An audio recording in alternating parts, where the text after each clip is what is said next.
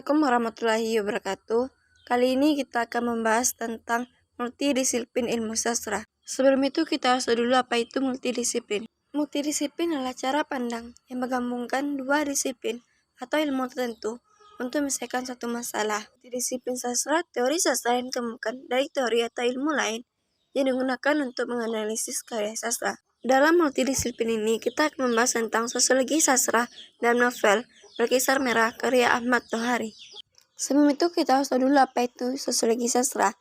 Menurut Kamus Besar Bahasa Indonesia, sosiologi sastra merupakan pengetahuan tentang sifat dan perkembangan masyarakat dari atau mengenai sastra karya kritikus dan sejarawan yang terutama mengungkapkan pengarang yang dipengaruhi oleh satu lapisan masyarakat, tempat ia berasal, ideologi politik, dan sosialnya, kondisi ekonomi, serta kelayak yang ditujunya. Yang akan kita bahas dalam analisis sosiologi sastra dan novel Berkisar Merah. Yang pertama yaitu fakta sosial, yang dimana terdapat novel ini yaitu ditebangi. Oh ya, aku bersadar sekarang kalau listrik akan menjalar kemana-mana, banyak pohon kelapa akan dirobohkan. Ya, banyak penyadap datang kepadaku karena mereka harus merelakan pohon-pohon kelapa sumber penghidupan mereka dirobohkan tanpa uang pengganti. Tapi aku tak bisa berbuat apa-apa. Dari kutipan samping menceritakan tentang sebuah aturan dalam masyarakat bahwa pohon-pohon kelapa para penyadap akan dirobohkan karena listrik akan mulai memasuki desa Karangsoga. Mereka para penyadap bingung dan tidak tahu harus berbuat apa-apa. Bahkan uang pengganti untuk pohon kelapa pun mereka tidak dapatkan. Padahal sumber penghidupan para warga di desa hanya mengandalkan dari pohon kelapa. Dari uraian cerita ini terdapat fakta sosial itu dengan cara bertindak dan berpikir yang berada di luar individu dan mempunyai kekuatan yang memaksa.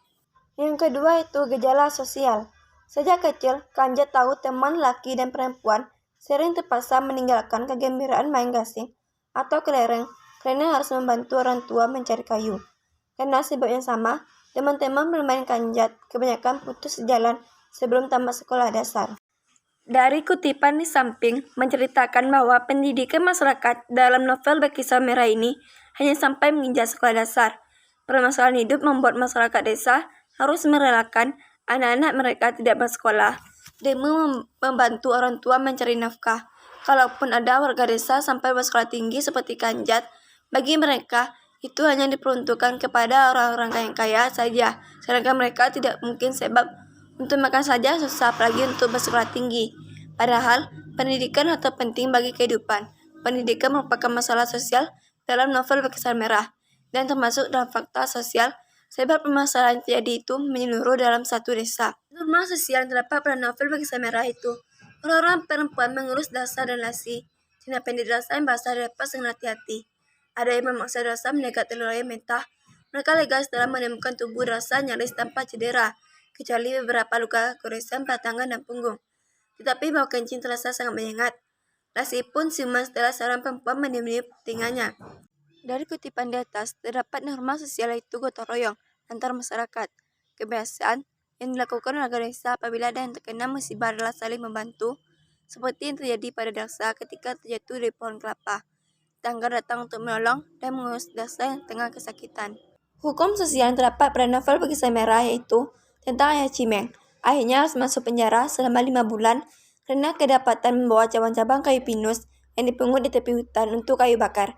Padahal barang yang dibawa itu hanyalah sisa curian sekelompok maling yang direstui manur hutan itu sendiri. Dari kutipan ini menceritakan tentang para penyadap yang mencari kayu di hutan untuk dijadikan kayu bakar untuk mengolah nira. Ayah Cimeng merupakan salah satu warga yang tertangkap basah oleh mandor hutan ketika sedang mengambil kayu-kayu hutan yang tidak seberapa. Namun hukum yang ia terima sangat membuatnya sedih, karena anak dan istrinya harus membanting tulang demi memenuhi kebutuhan sehari-hari. Ayah Cimeng harus dipenjara dengan tuduhan pencurian. Perilaku sosial yang terdapat pada novel Berkisar Merah itu, bila aku kembali pasti semua orang ke Karangsoga tetap seperti dulu atau malah senang menyakiti aku. Dari kutipan ini diceritakan bahwa Lesti sangat sedih dan kecewa setelah kejadian yang menimpa rumah tangganya bersama Dasa. Rasa sakit hatinya menghujam dada Lesti. Menurutnya perbuatan Dasa sungguh keterlaluan. Kanjatnya datang untuk membujuk Lesti agar pulang ke rumah anaknya ternyata sia-sia.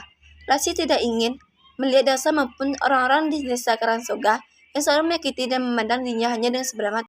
Peristiwa sosial yang terdapat pada novel ini yaitu Tetapi kebanyakan orang percaya bahwa semua kesentuhan rasa bermula dari akal-akalan Bune. Sifat cacat dan sangat pemalu kurang layak dianggap punya keberanian menggoda rasa. Seorang penutur dengan gaya sangat meyakinkan berkata, orang pertama yang tawarkan kesembuhan rasa tentulah Bune sendiri. Kata penutur ini, kesembuhan rasa tidak boleh dibuktikan langsung pada istrinya, melainkan harus kepada orang lain lebih dahulu. Kata penutup itu pula. Yang demikianlah syarat yang biasa dilakukan oleh dukun lemah pucuk seperti Bune. Dari kutipan di atas diceritakan bahwa perbuatan yang dilakukan oleh Rasa kepada Sipah adalah suruhan dari Bune. Bune sengaja ingin menjebat Rasa sehingga menjadikan Sipah sebagai umpannya dan Rasa lah yang harus bertanggung jawab atas semua perbuatannya itu.